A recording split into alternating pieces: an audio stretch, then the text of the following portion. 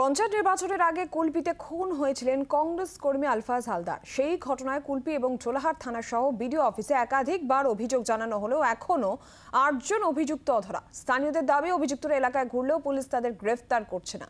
শুক্রবার সে কারণে কংগ্রেস নেতা সৌম আইচ রায়ের নেতৃত্বে ৭ জনের একটি প্রতিনিধি দল কাকদ্বীপে পুলিশ সুপারের কাছে জমা দিলেন ডেপুটেশন। কংগ্রেসের দাবি, ঘটনার ১০ মাস পরেও মৃত আলফাজের পরিবার ডেথ সার্টিফিকেট পাচ্ছে না। আগামী দিনে পুলিশ যদি পদক্ষেপ না করে তাহলে কুলপি ও ঢোলা থানা ঘেরাওয়ের হুঁশিয়ারি দিয়েছেন কংগ্রেস প্রতিনিধি দল।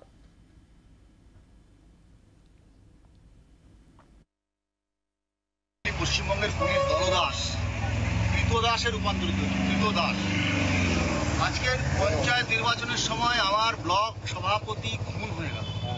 ব্লকের একজন সভাপতি, বুথের সভাপতি খুন হয়ে গেল। আলফাজ হালদার, তার পরিবার আতঙ্কগ্রস্ত। এখন পর্যন্ত ৬ জন খুনি প্রকাশ্য দিবালোকে ঘুরে বেড়াচ্ছে, তাস খেলছে। পঞ্চায়েতের নেতা এইসব খুনের মদতের পেছনে রয়েছে। আমরা যখন এসপির সাথে কথা বলেছি, উনি শুনেছেন, কিন্তু পুলিশ জানে না। এত বড় একটা দক্ষিণ চব্বিশ পরগনায় ঘটনা ঘটলো, খুনিরা ঘুরে বেড়াচ্ছে প্রকাশ্য দিবালোকে। কার মদতে হতে পারে? মদত সরকারি দলের অঙ্গুলি হেলনে প্রশাসন চলছে। এই জিনিস আমরা জাতীয় কংগ্রেস বরদাস্ত করব না। এখনো পর্যন্ত ডেথ সার্টিফিকেট পাইনি। আজকে পুলিশ বলছে আমরা তো জানি না। বাংলার আওয়াজ, বাঙালির আবেগ, জি 24 ঘন্টা।